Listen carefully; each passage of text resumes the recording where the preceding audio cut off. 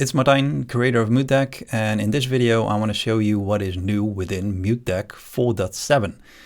There's two big things in here, a bunch of smaller fixes, but I am going to focus on the FaceTime support for macOS users, and I'm also going to show you the new expansive built-in actions, which is going to make reacting to your web-based meetings like Google Meet and Teams and Zoom web-based meetings a lot funner and easier.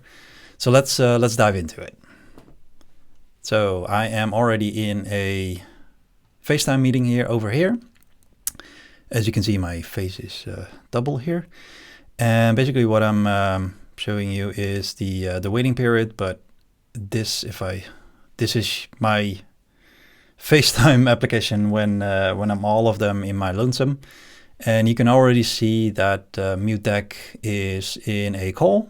And if I click my Stream Deck, my mute buttons, my video buttons, you can see that it is controlling the FaceTime application as it should be, and also detecting whether or not we are actually muted or not. And of course, this is also represented in the actual Stream Deck status and the loop deck, etc. So yeah, it's as easy as that. It comes as a new setting. So when you're looking at the application sync, the list is becoming pretty big, but macOS users will have the enable FaceTime setting here. And once you do that, it'll automatically start detecting and scanning for FaceTime. And yeah, just basically letting you control it just like any other call application with the same buttons, with the same mute status, etc. I can also just very quickly leave this meeting. So yeah, leaving the FaceTime meeting is also pretty straightforward. Let me close this out here so we can move on to the built-in reactions. So as you might be aware, we have this other actions here, which I can drag and drop onto my my Stream Deck canvas. And this basically lets you send any action at all. So like anything with a keyboard shortcut, you can configure within the other actions panel and basically send anything that you want to both a meeting application, but also just the active application. So if you want to have a quick shortcut for sending a specific keyboard combination, then you can do that as well with these other actions.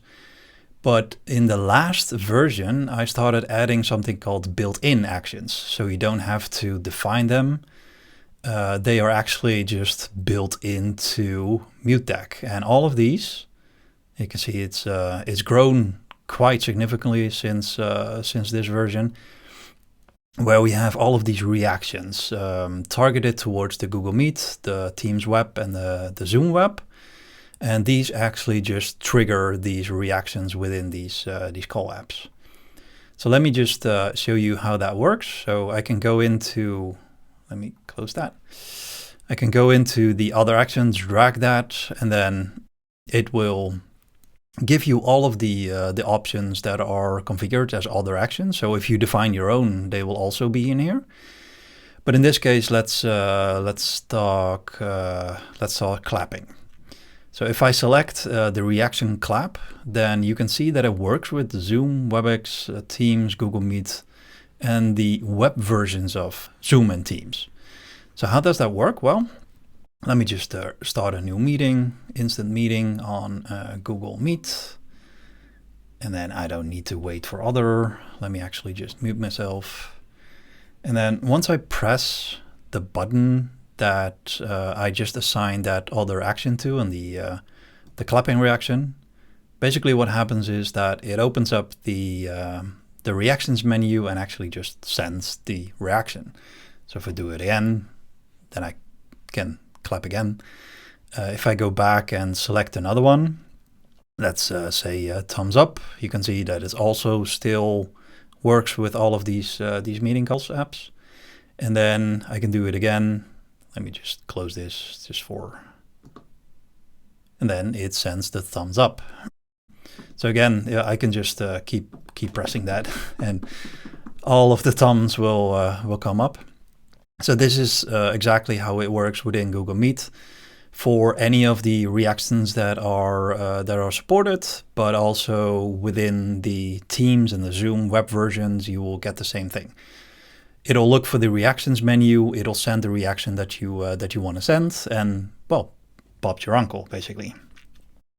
So leaving out this this meeting, and then going back to this one. So that's a very quick overview of what is new within 4.7. And I know that FaceTime has been a big request, so I'm very happy that that is available right now. The reactions just make your life a lot easier. Like you can just send reactions in the meetings that you're in, even if it's a web-based meeting. And just be on the lookout for more extensive of those built-in actions.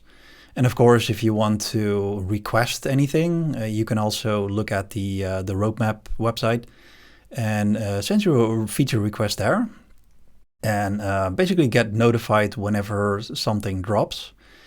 And yeah, that was it. Thank you very much for watching, and we'll see you on the next one.